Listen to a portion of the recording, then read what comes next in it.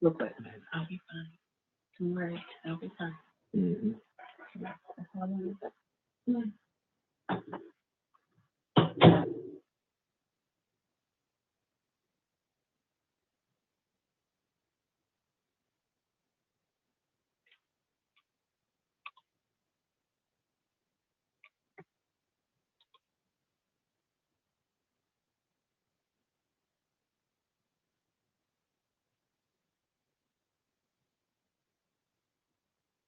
If you write anything on your computer, you need to get Grammarly. I write pretty much all day, every day.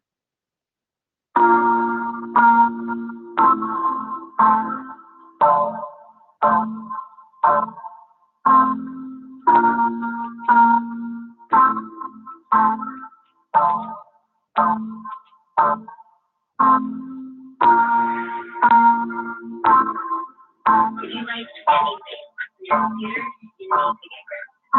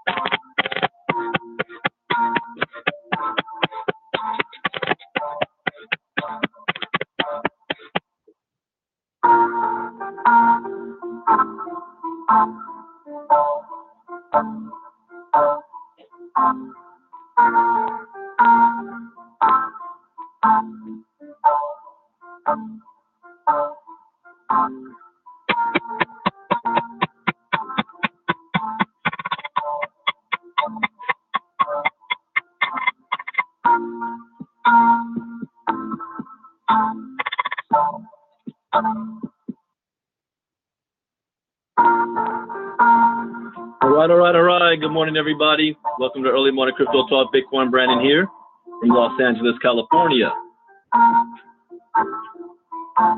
Go ahead and type in the chat box where you are listening in from. It is Wednesday, halfway through the month. Hope you guys are as excited as I am. As a disclaimer, I'm not a licensed financial advisor to be dispensing financial advice.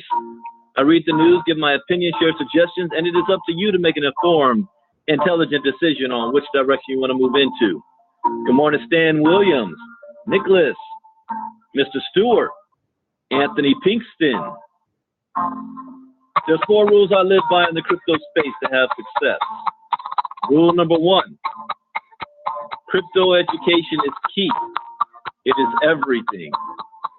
Number 2, Never invest money you cannot afford to lose.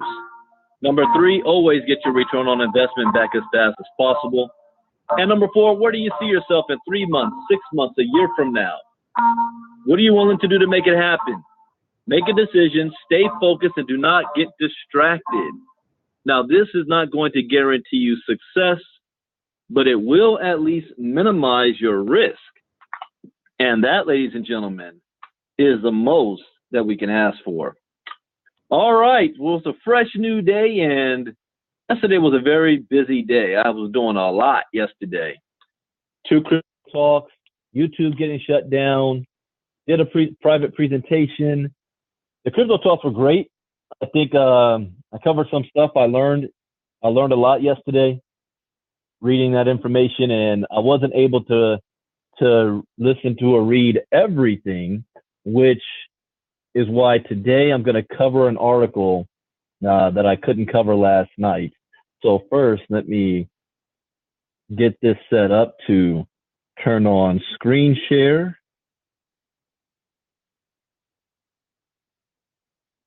And let's make sure that my Bluetooth is on. Yep, I'm on. I'm good to go.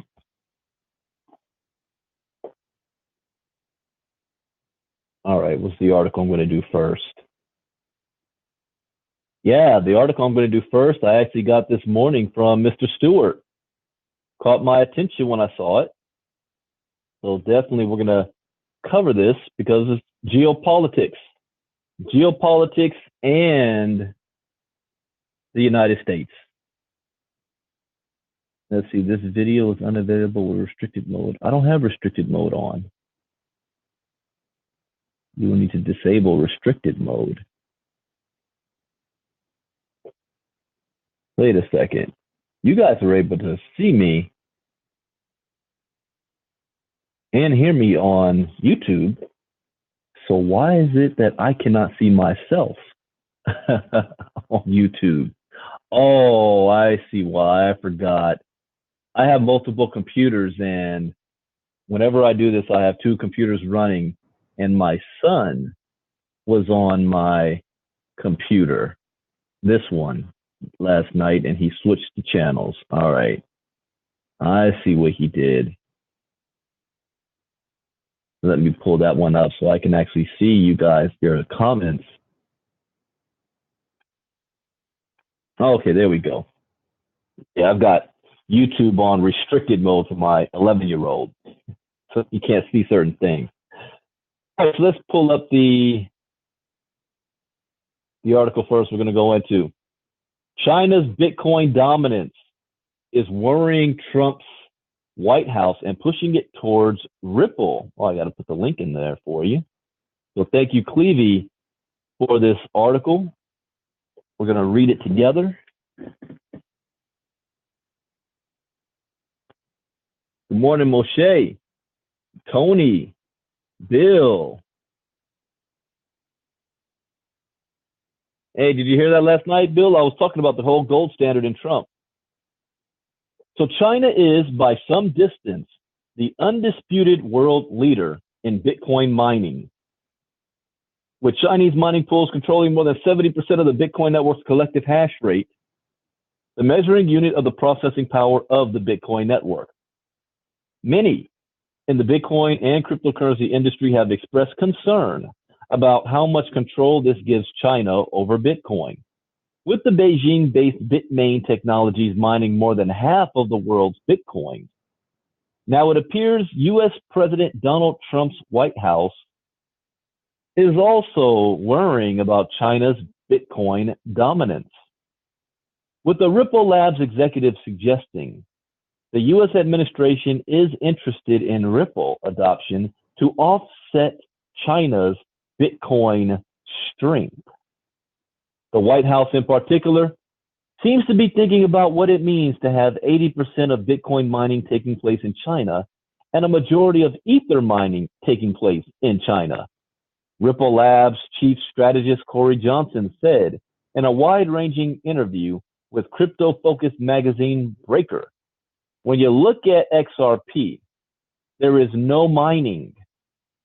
So from a foreign control aspect, or from an environmental aspect, XRP is a very different beast. And in conversations we've had with the administration, they seem to get that and think that might matter. That's red flags for me, though. Again, there's all this controversy over Ripple. Ripple is not a cryptocurrency. And I got to watch how I say that, because if I say that out loud in a blockchain expo somewhere, it might be fighting words for some people. Ripple is not a cryptocurrency. It is a digital currency controlled by a company. Ripple. Well, they're trying to separate Ripple and XRP. But it was never mined. You don't mine Ripple, which means it's not open source. That's why governments and the banks and Bill Gates, they love Ripple. It's still another form of control that defeats the purpose of what crypto is all about. So you got the hardcore Bitcoin people don't trust Ripple.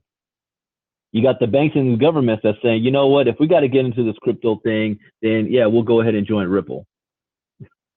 Either way, I'm going to make money off of it, even though I don't like it. Ripple's swell event in San Francisco saw former U.S. President Bill Clinton talk up the possibilities of blockchain and cryptocurrencies, and Ripple revealed it had signed up 3 financial services companies to its new XRP-focused product, news of which had sent the Ripple price up by over 100% earlier in the month. That's when Bethany made a whole lot of money.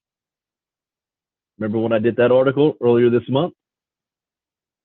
The 3 companies, payment providers Mercury FX and Collix, as well as cooperative financial firm Catalyst Corporate Credit Union, were announced as the first to sign up to XRapid by Ripple Labs CEO Brad Garlinghouse. Earlier this year, global banking giant Santander launched a blockchain-based application for cross-border foreign exchange built by Ripple Labs, designed to speed up and cut the cost of sending money across borders. Many are excited by Ripple's practical use case, which has seen it work with many of the world's biggest banks, you hear this, and financial services companies to bring cryptocurrency speed and efficiency to the rather clunky legacy financial systems. When I started to meet with people in government and regulators, I had very low expectations, Johnson said. I have been truly amazed at the open-mindedness, number one, and number two, the smart questions, sometimes even tough questions. There's clearly a lot of homework going on. This is just screaming red flags to me, what Ripple's doing and positioning themselves to be. Because it's not Bitcoin, it's not crypto. And the banks love it. So if the banks love it, I'm automatically going to be skeptical of it. But at the same time, make some money. Because news like this, you have now the President of the United States' name attached to Ripple. Now, I'm not a licensed financial advisor, but as a suggestion, you might want to look at Ripple. Last time I talked like that, Ripple went up 100%. People made money and they used that money to buy mining rigs. But let's look at the crypto market. I want to pull up and see what it's looking like today. I haven't seen it in about 24 hours. Let's see. Last time it was at 211 billion. Last time I looked. Where is it at right now? Well, $6,500 is Bitcoin. 211 billion. The market looks flat. Tether's at just negative in the red, which means it's flat. And they were screaming, "Oh, Tether's not tied to the dollar, it's pegged 1-to-1." It's at 97 cents now. It was at 92, 93, and it popped right back up. Let's see, anything surprising here? Ox, 29% up. I don't know why. We've got basic attention of 16%, Pundi X 0.13%. See anything that's double digit red Eternal Token. Odyssey is up 27%.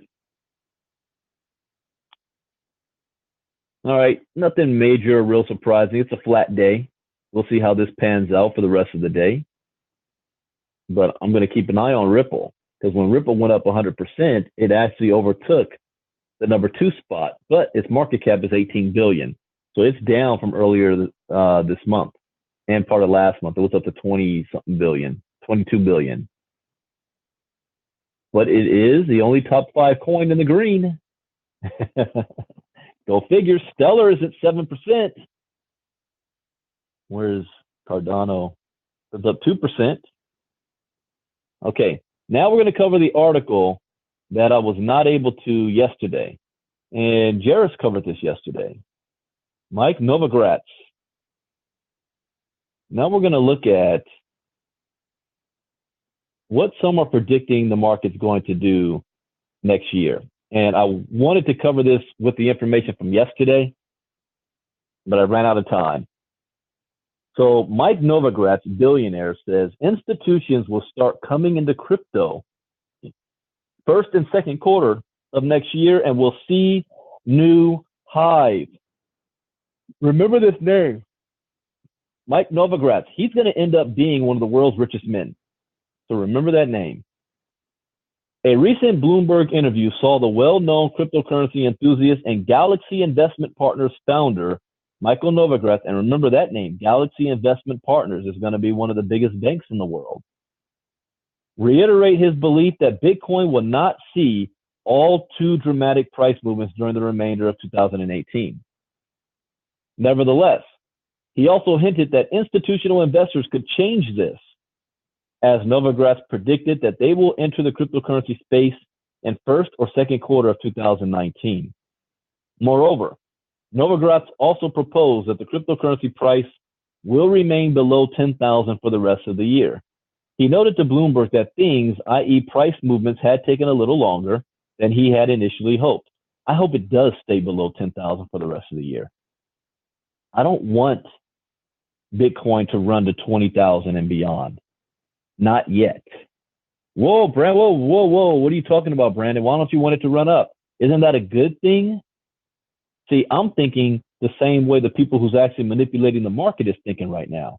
We need to keep this sucker low for as long as possible so that we can hoard and stack up on all these coins. The moment a run starts to happen, then everybody and their mama's going to want to jump in and start trying to buy coins. It's going to be more expensive. So I want it as low as possible for as long as possible. Then take the brakes off of it and let it run up.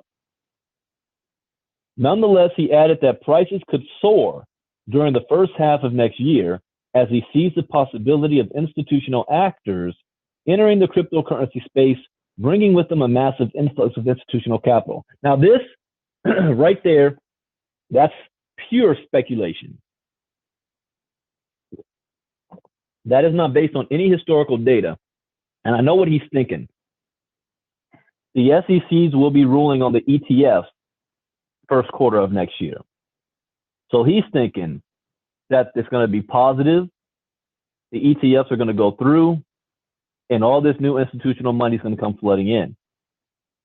When you look at historical facts, January has never been a boom. January and February, a boom months for crypto. It hasn't. One of the major reasons why is historically Asia has been dominating the crypto market until China banned it all July 2017. But Asia has a different new year than we do.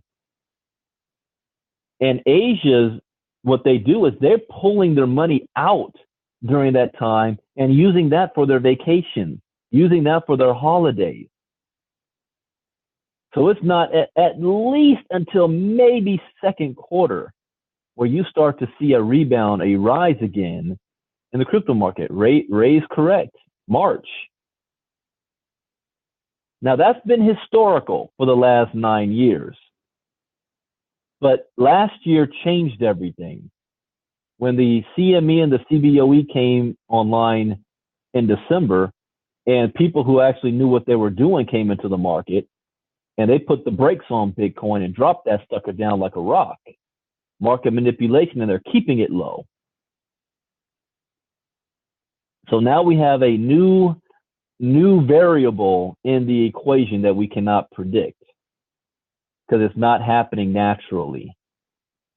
So under normal circumstances, my own personal belief, Novogratz is correct. But we're not dealing with normal circumstances based on past results. We're dealing with new players in the arena that know how to rewrite the rules. And there's nothing we can do except go along for the ride and try to predict what they're going to do. So anyways, he says, I think first quarter or second quarter, if the institutions start coming in, we'll put in new highs, Novogratz stated to Bitcoin. Here's Bloomberg. Here's another thing. We don't need new institutions to come on board. Without them, Bitcoin reached almost 20K without the new institutions. Just natural progression. But the new institutions can push it to 50K. They can push the whole market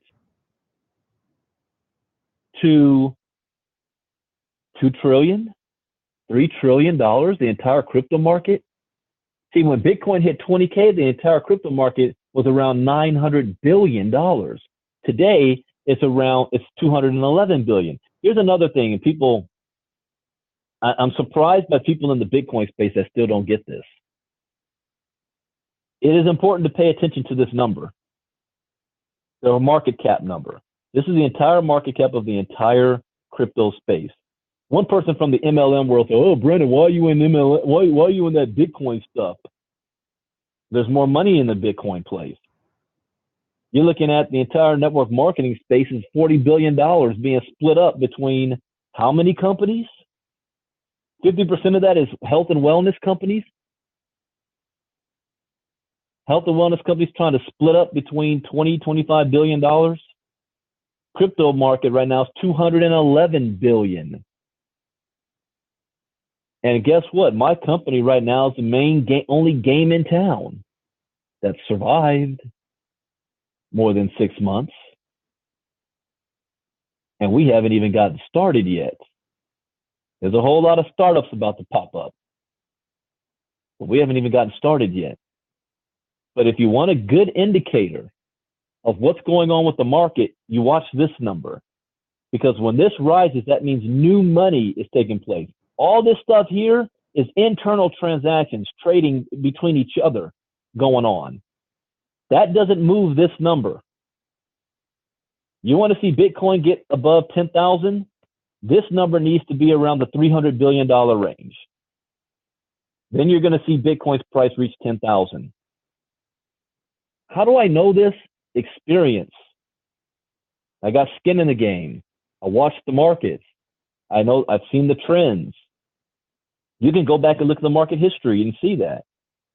When this was at almost 20,000, this was around 900 billion. People are like, when is Electronium going to go up? Let me see, what's the price of ETN right now?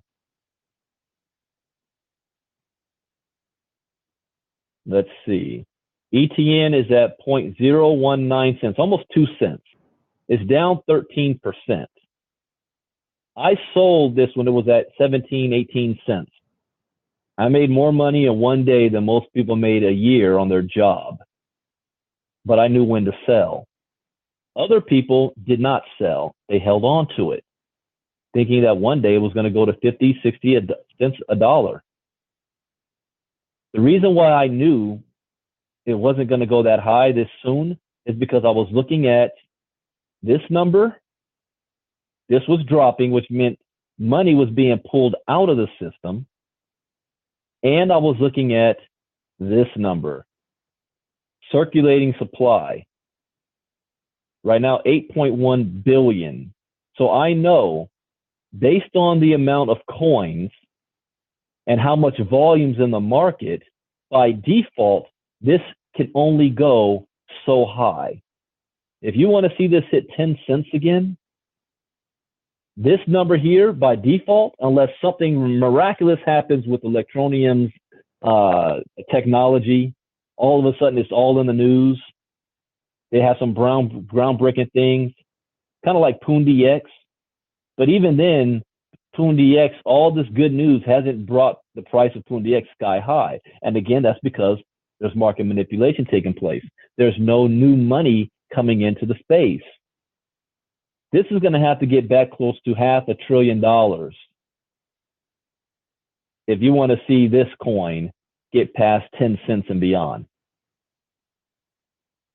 So learn how to read the market. And this is just coin market cap. I know how to read the, Bittrex and Binance and Poloniex. That gives you even a little bit more detail.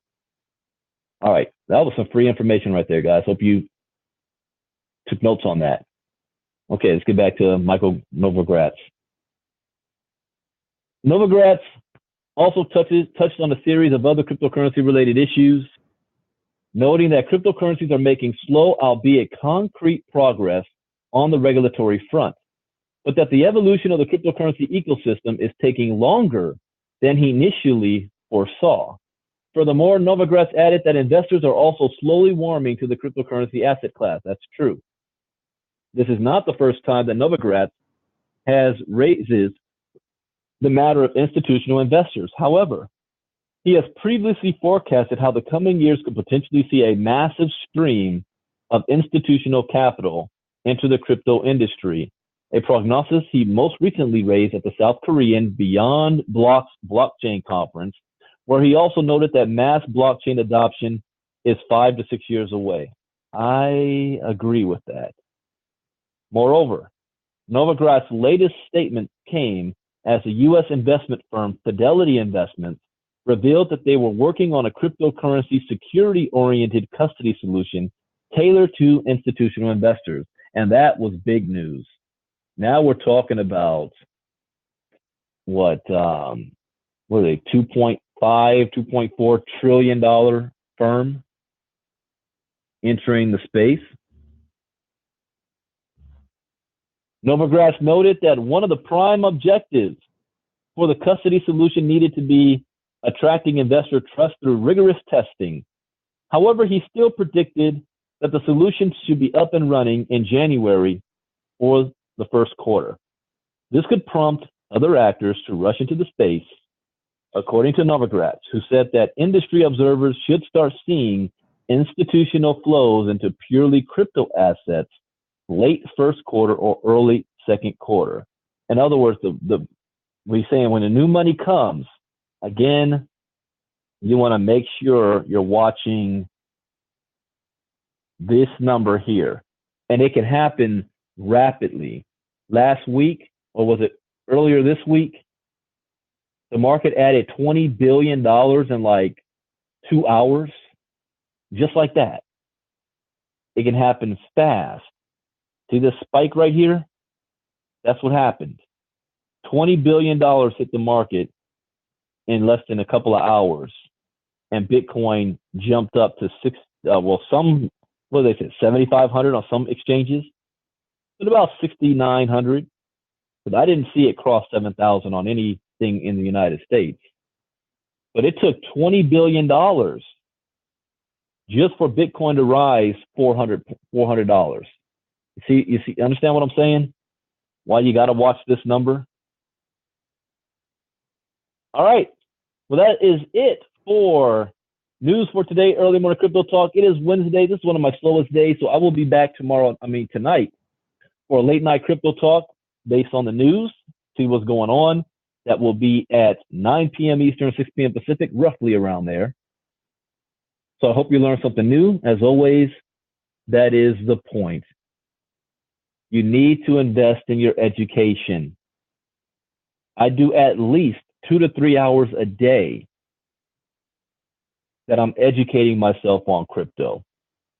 By the end of this year, I want to have enough knowledge to be considered having a master's degree, moving on to a PhD in the crypto space. I think I already got a master's degree in this so far, but I'm learning every day. I'm learning something new. And why? This is going to fundamentally change our society as we know it. So it's not a matter of thriving, it's a matter of survival. Those who understand and know this will be so far ahead of those who do not. And then you can literally write your own check. Bitcoin is freedom. And I want to keep my freedom. All right, everybody, have a great day. If you want to know more about education, get back to whoever's showing you this or myself, and we'll show you how to get involved in our crypto education courses. We have Bitcoin boot camps coming up. I will be in Philly next weekend. Before that, next week is the LA Crypto Invest Summit. I'm going to listen to Steve Wozniak and also Tim Draper, learn about some more investments in the crypto space. And 2019 is the year where I want to start putting big money in big investments. I'm not talking about $5,000 or $10,000. I'm talking about $50,000 to $100,000 into blockchain companies. I want to invest in those companies while they're cheap. And then this is how fast things can happen. Coinbase is only a few years old. You know, in a year, a company can go from 4 million to $1 billion in the crypto space. So I'm gonna. It has nothing to do with KGX. I'll be at the Blockchain Expo in Santa Clara, the end of November. I went to it in London months ago. Invest in your knowledge and your education. It's priceless. So have a great day, everybody. See you all tonight. God bless. Bye-bye.